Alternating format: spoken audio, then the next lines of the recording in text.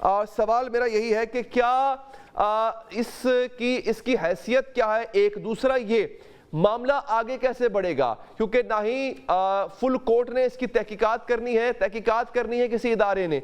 अगर तो इदारे पे बात आती है, इदारे को हेड कर रही है एग्जीक्यूटिव पर ही देखा जाए तो कहीं ना कहीं इल्जाम है या फिर एग्जीक्यूटिव इसमें फरीक है, तो इसकी अनबायस्ड तहकीकात कैसे मुमकिन है सर? बिस्मिल्लाहिर्रहमानिर्रहीम। देखें, अदालत चाहे वो सिविल जज क्लास 3 की है, चाहे सुप्रीम कोर्ट ऑफ पाकिस्तान, उन्होंने फैसले करने होते हैं और इम्प्लीमेंटेशन एग्जीक्यूटिव के जरिए ही करानी होती है। उनके पास कोई ऐसी जादू घुमाए और काम हो जाए।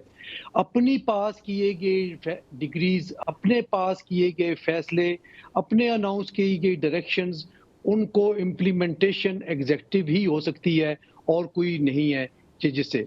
अब बात आती है कि ये किस तरीके से चलेगा। आज जो सुप्रीम कोर्ट ऑफ पाकिस्तान में हियरिंग हुई उसमें भी ये क्वेश्चन आया, और जब पहले कमीशन बना उस वक्त भी हमने कई जगहों पे ये कहा कि देखें, सुप्रीम कोर्ट ऑफ पाकिस्तान या कोई भी अदालत ना तो खुद इंक्वायरी कर सकती है और ना ही इन्वेस्टिगेशन कर सकती है, बल्कि इन्वेस्टिगेशंस के हवाले से तो बड़ा सुप्रीम कोर्ट और हाई कोर्ट्स के बड़े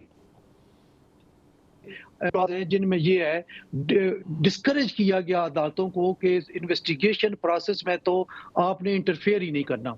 और अमूमन कोर्ट्स ये करती है कि जहां पे इन्वेस्टिगेशन का कोई मामला हो तो वो अपने आप को इलादा कर लेती है कि कहीं हमारी कोई ऑब्जर्वेशन इन्वेस्टिगेशन के हवाले से आए तो ये ना हो कि कहा जाए कि ये किसी एक फरीक के लिए बायस्ड हो गए। बहरहाल अब मामला यहाँ तो पहुंच गया कि सुओ मोटो ले लिया गया, और अब सवाल ये पैदा होता है कि कौन तहकीक करेगा, कौन एविडेंस कलेक्ट करेगा। बात यही आई कि आइन में कहीं भी सुप्रीम कोर्ट पाकिस्तान कोई कमीशन मुकर्रर कर सकती है। लामहला तौर पे फिर देखना पड़ेगा इंक्वायरी एंड कमीशन एक्ट 2017, जिसके तहत मुकर्रर तो किया, वो रिजेक्ट कर हो गया, या मतलब वो खुद पीछे हट गए। तो क्या इसी तरह का कमीशन जो वन मैन कमीशन था? जी सर।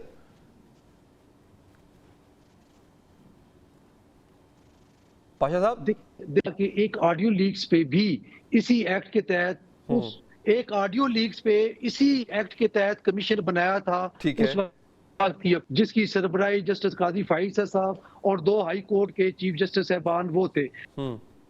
वो भी इसी एक्ट के तहत बनना था, इनको इख्तियार भी इसी एक्ट के तहत होना है। अब बताएं आप, पनामा की केस 184(3) की कॉग्निजेंस ली सुप्रीम कोर्ट ऑफ पाकिस्तान ने, उसकी JIT बनाई फॉर कलेक्शन ऑफ एविडेंस।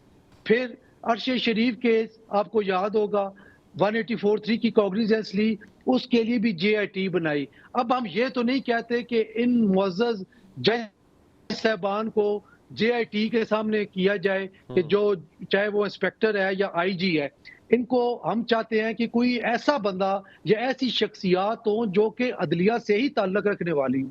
तो उसके लिए लामहला तौर पे आपको जस्टिस जो अभी जिलानी साहब हैं, तसद्दुक हुसैन जिलानी साहब या नासिर मुल्क साहब या इस कैलिबर के चीफ जस्टिस साहबान जो रिटायर हो गए हैं, उनकी तरफ रजू करना पड़ेगा।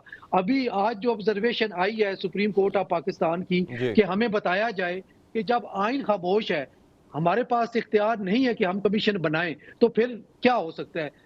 इसी में एक पिटीशन लगी है अहमद खान साहब ने की है लाहौर हाई कोर्ट की तरफ से, उसमें भी उन्होंने कमीशन बनाने का मुतालबा किया है। तो देखिए, जो लोग कमीशन की मुखालफत कर रहे थे वही लोग कमीशन बनाने की बात कर रहे हैं। एक और बात मैं आपको बताना चाहूंगा, बड़ी इंपॉर्टेंट है, कि इस्लामाबाद हाई कोर्ट के 6 मुअज़्ज़ज़ जज साहबान ने खत लिखा। उन्होंने अपने चीफ जस्टिस की भी बात की और मामला जो है वो सुप्रीम कोर्ट की तरफ भेजा। अब सुप्रीम कोर्ट, मुझे समझ नहीं आ रही कि सुप्रीम कोर्ट पूरी डेलिब्रेशन कर रही है कि किस तरह रिड्रेसल हो। एक जमात के spokesman chief justice of Pakistan को कहते हैं कि वो इस्तीफा दे दे, और दूसरी तरफ कहते हैं कि chief justice Islamabad high court इस्तीफा दे दे। क्या ये सोल्यूशन है? मैं समझता हूं कि इस वक्त जो हालात बन गए हैं, इसको पोलिटिसाइज ना ही किया जाए तो बेहतर है। इसको अच्छा चले, ये तो आपने सर एक बिल्कुल ठीक है, आप